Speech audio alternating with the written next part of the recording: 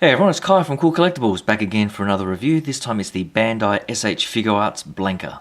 For all the amazing figures coming out of Japan, click the link in the description below to head on over to Big Bad Toy Store. They ship worldwide, so definitely check them out. Right, so it's great to always get another Street Fighter figure in this series, and overall I have to say Blanka is pretty good. There are a few things I don't quite like, but I'll go through that shortly.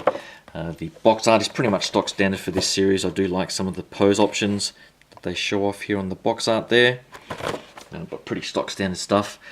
These background cardboard pieces, I'm not sure if they've just learnt their lesson from the previous releases, but these ones were definitely not as warped as the others, and I'm not sure if the cardboard's just a little bit thicker, but overall pretty good option if you want to display it with that backdrop. But for the other ones, I've pretty much thrown them all in the bin, to be honest.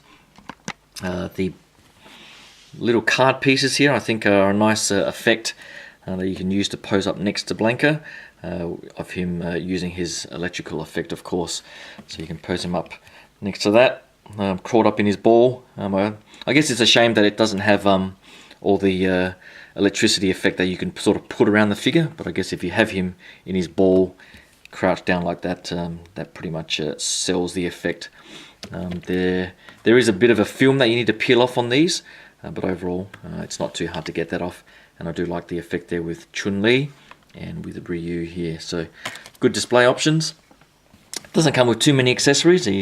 As with pretty much all of these figures, he does come with a swap out head sculpt, and I've already swapped it out. This is the default one that comes straight out of the box. It's not too bad. I do like the sculpting on these, and the paint application, particularly in the teeth, is pretty good, I think. One of the things I don't quite like about the figure overall is the this green plastic that they've used. I don't think that's even painted, to be honest. It just looks like it's straight green plastic, and it does have a very light shade.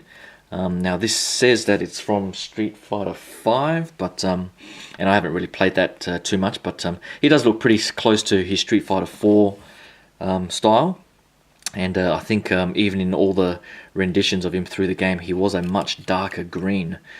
So this one is almost like a lime green, to be honest, and you can sort of see it in there. If it was just a dark shade darker, I think it would look a lot better. But sculpt wise, and the orange hair I think is pretty good. The swap out feature on the head sculpt isn't too bad.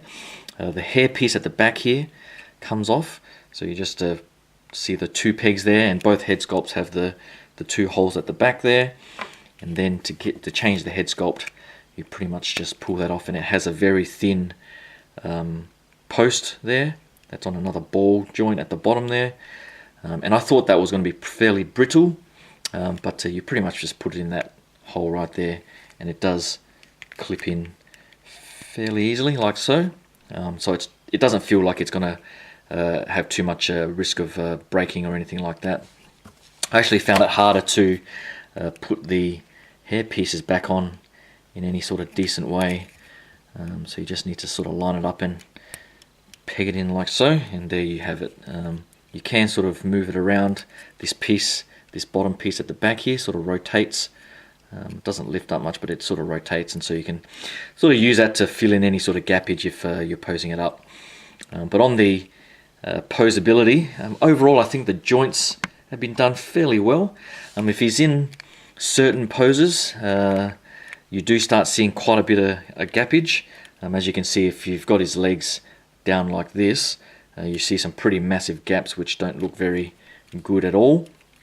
But of course with Blanka, most of the time you're going to have him in his traditional sort of crouching or kneeling pose like that, which hides it quite a lot. So I think that was the intent, I think, for this figure.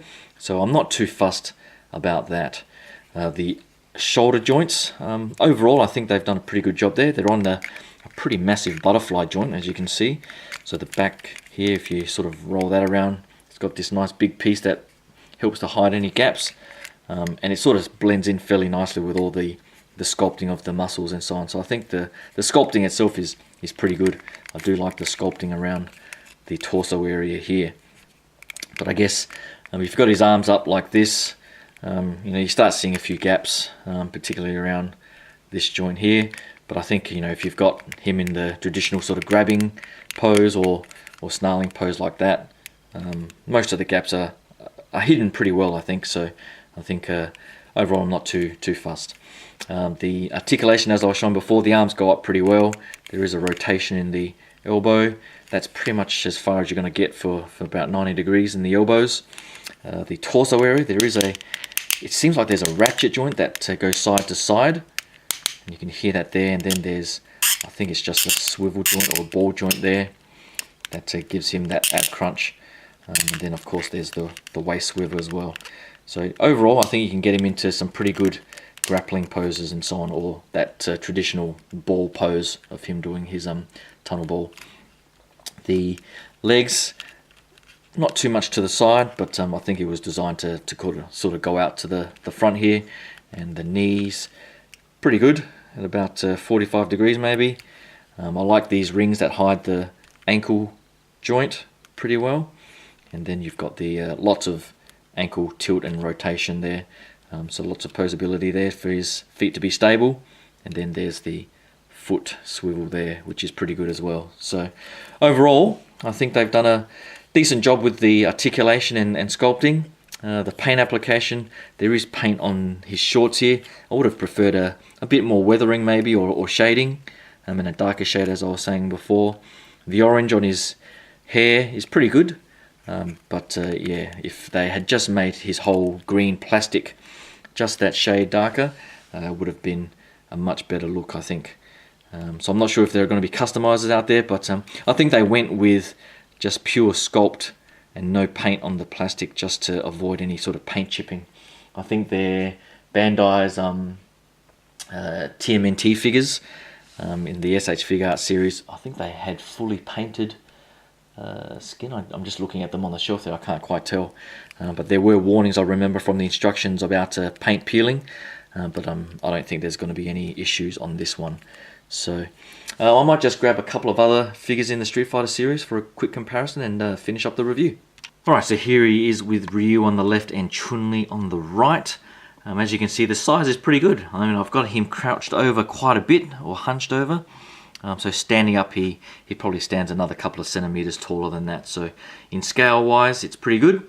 And there's lots of poseability options. I've just got him in that sort of pose to see if he can start doing his electricity effect. So combining that with this Chun-Li here might be a pretty good way to display him on the shelf. So I think overall, they've done a pretty good job of this Blanka figure.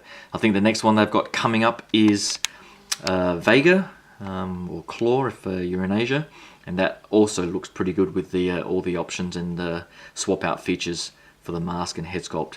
Hopefully they tease more of the bosses around Bison and Sagat and Balrog.